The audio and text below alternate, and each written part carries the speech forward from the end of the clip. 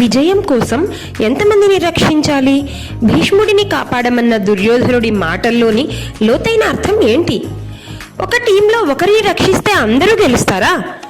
గీత చెప్పిన నాయకత్వ రహస్యం తెలుసుకొని విజయం సాధించాలనుకుంటున్నారా? అయితే ఈ వీడియో అస్సలు మిస్ అవ్వద్దు. అందరికీ నమస్కారం. మనం ఇప్పుడు భగవద్గీత అర్జున విషాద యోగంలోని 11వ శ్లోకము, దాని సారాంశము, అది నేర్పే జీవిత పాఠము, దాని యొక్క శాస్త్రీయ ఆధ్యాత్మిక తార్కిక వివరణలను గురించి తెలుసుకుందాం. అర్జున విషాద యోగము 11వ శ్లోకము. అయనేషు చ సర్వేషు యథా భాగమవస్థితాః భీష్మమేవాభిరక్షంతు భవంతః సర్వ ఏవ హి. ఈ శ్లోకం యొక్క సారాంశం ఏంటో చూద్దాం. ఈ శ్లోకంలో దుర్యోధనుడు తన సైనికులకు, తన సభ్యులకు ఇలా చెప్తున్నాడు: మీరు మీ స్థానాలలో మన సేనానాయకుడైన భీష్ముడిని రక్షించాలి అని ఆదేశిస్తున్నాడు. ఈ మాటల ద్వారా అతని వ్యూహం, అతని భయం, భీష్ముడి పట్ల అతడు చూపిస్తున్న ప్రాముఖ్యత అన్నింటినీ గురించి మనకు తెలుస్తుంది. ఈ శ్లోకం నేర్పే జీవిత పాఠం ఏంటంటే, ప్రతి పెద్ద ప్రయాణంలోనూ ఒక కీలక వ్యక్తి ఉంటాడు. ఆ వ్యక్తిని గౌరవించడం మాత్రమే కాదు, రక్షించడం చాలా అవసరం. మనం ధర్మ మార్గాన్ని అనుసరించినప్పుడు మన విలువలను సంరక్షించాలంటే మనం అప్రమత్తంగా ఉండాలి.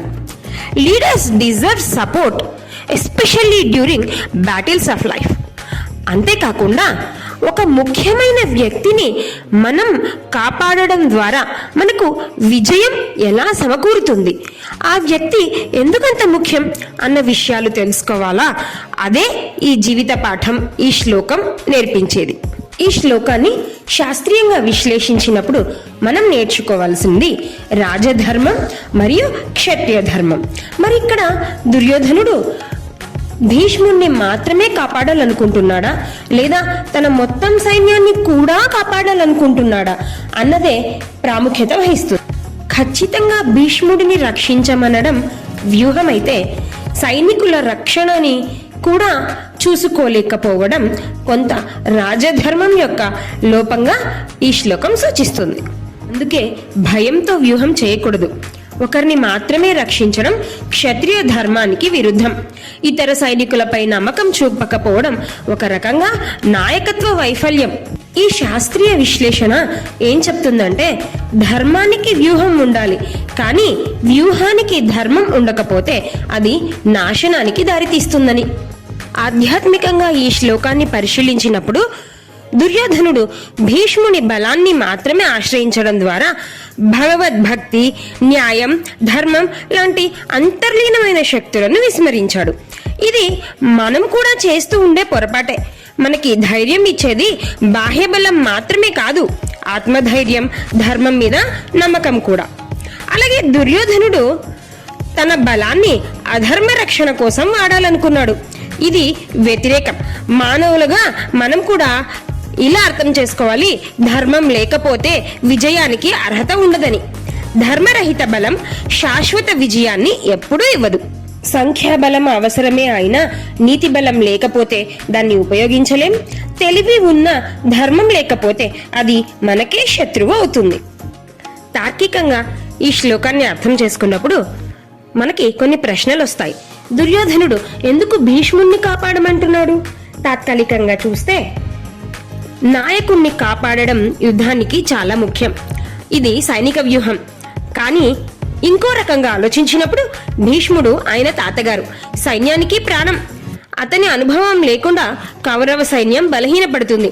దుర్యోధనునికి తెలిసింది భీష్ముడు పాండవులను నిజంగా ప్రేమిస్తాడు అని. అందుకే అతనిలో ఇంకొక అనుమానం ఉంది: భీష్ముడు మన కోసం అంతగా తన శక్తిని వినియోగిస్తాడా లేదా అని. దుర్యోధనుడి భయం ఏంటంటే, తాత సహాయాన్ని కోల్పోతే యుద్ధం ఓడిపోవలసి వస్తుంది. మనోభావాలు భీష్ముడివి పాండవుల వైపు ఉండవచ్చు, పాండవులపై ప్రేమ ఉండవచ్చు. కాబట్టి సైనికులకు ప్రత్యేకమైన ఆదేశం ఇవ్వాల్సి వచ్చింది, తనని కాపాడండి అని. అంతేకాకుండా తన సైన్యం పెద్దగా బలంగా ఉందని చెప్పిన దుర్యోధనుడు ఇప్పుడు వారినే తన బలమైన నాయకుడిని కాపాడమంటున్నాడు. అంటే ఈ వ్యూహంలో అతని అస్థిరత కూడా ఉంది. సైన్యం మీద నమ్మకం లేకపోవడం కాదు, భయం ఉంది. భయంతోనే ఈ ఆజ్ఞ ఇచ్చాడు. వ్యూహ బలం లేక కాదు, విశ్వాసం లేక. అంతేకాకుండా మనం ఒక విషయం తెలుసుకోవాలి.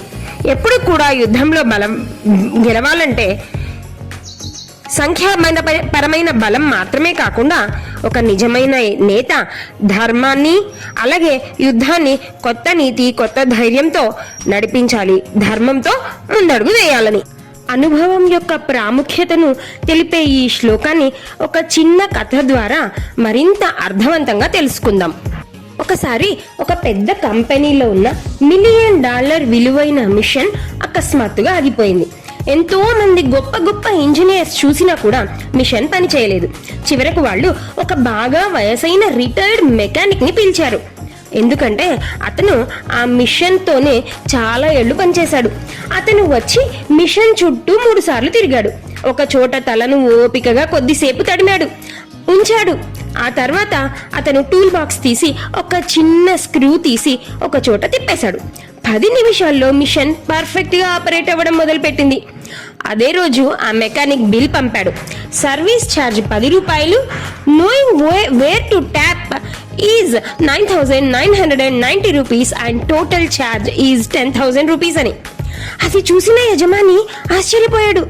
ఒక స్క్రూ తిప్పడానికి ₹10,000 అని అడిగాడు.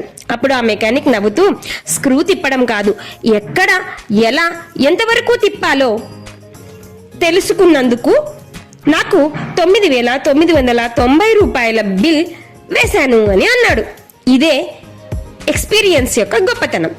నేను నా జీవితంలో ధర్మాన్ని నిలబెట్టే వ్యక్తిని గౌరవిస్తాను, నిజమైన బలాన్ని గుర్తిస్తాను, నా విజయానికి మార్గం వేసిన వారిని నేను మరవను. I honour one who upholds dharma in my life. I recognise true strength. I never forget the one who stood as the pillar of my success. మీ జీవితంలో భీష్ముడు ఎవరో గుర్తించండి, వారి పేరు కామెంట్ చేయండి, ఈ వీడియోను వారితో షేర్ చేయండి. ధర్మాన్ని నిలబెట్టే వారిని అందరినీ గౌరవిద్దాం. ఇలాంటి మరిన్ని వీడియోల కోసం లైక్ చేయండి, షేర్ చేయండి, కామెంట్ చేయండి, సబ్స్క్రైబ్ కూడా చేసుకోండి. Thank you. శ్రీకృష్ణార్పణమస్తు.